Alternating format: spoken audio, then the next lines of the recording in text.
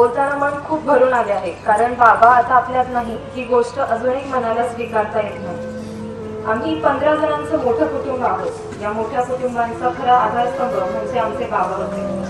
घरात कितीही माणसं असली, कितीही गडबड असली, कितीही परिस्थिती बदलली, पण बाबा असल्यामुळे घरात एक वेगळी ताकद, एक वेगळाच उदारपणा आणि एक वेगळी सुरक्षितता मिळाली.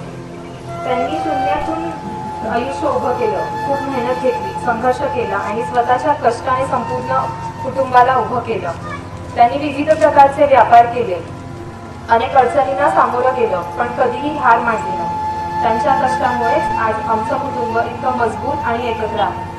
त्यांच्या प्रेमाने, त्यांच्या मायेने, त्यांच्या शिस्तीने आणि त्यांच्या आशीर्वादाने आमचं घर एकत्र बांधून ठेवलं आहे. आमच्या कुटुंबात प्रत्येकावर त्यांचं सारखंच प्रेम, कोण मोठं, कोण लहान, कोण मुलगा, कोण मुलगी असा भेद त्यांनी कधीच केला नाही. प्रत्येकाला जपणं, प्रत्येकाची विचारपूस करणं, प्रत्येकाच्या आनंदात आनंदी होणं आणि प्रत्येकाच्या दुःखात खंबीरपणे उभे राहणं ही त्यांची खरी ओळख होती. बाबांनी आम्हाला फक्त प्रेम नाही दिलं, तर ते आयुष्य जगण्याची दिशा दाखवली.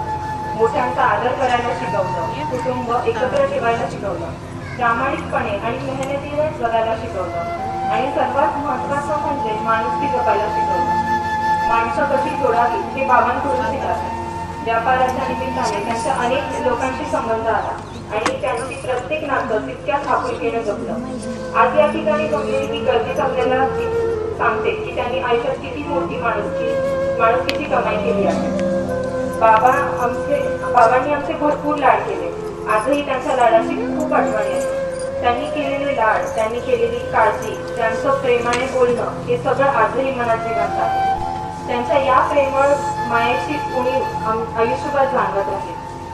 आज या दशक्रिया विधी दिवशी मनात एकच गोष्ट वारंवार येते की बाबा अजून थोडा वेळ तुमच्यासोबत मिळाला असता, तर अजून थोडं बोलता आलं असतं, अजून एकदा तुमचा हात डोक्यावरून फिरवता आला असता, अजून एकदा तुम्ही प्रेमाने हात मारली असती, तर कदाचित मनाला थोडा आधार मिळाला असता. भक्त पुंडलिकांनी जशी आईवडिलांची सेवा केली, तशी या संपूर्ण कुटुंबाने बाबांची सेवा केली. आज जरी त्या शरीराने आमच्यात नसले, तर त्यांनी दिलेले शिकवण, त्यांनी दाखवलेले कष्टाचे मार्ग आणि त्यांचे संस्कार आमच्या सोबत सदैव राहतील. त्यांच्या कष्टाच्या जोरावर आजही इथपर्यंत आम्ही पोहोचलो आहोत. बाबा, तुम्ही आमच्यासाठी जे काही केलं त्याबद्दल आम्ही तुमचे सदैव ऋणी राहू. तुमच्या आत्म्यात चिर शांती लाभो हीच ईश्वरचरणी प्रार्थना. भावपूर्ण. धन्यवाद.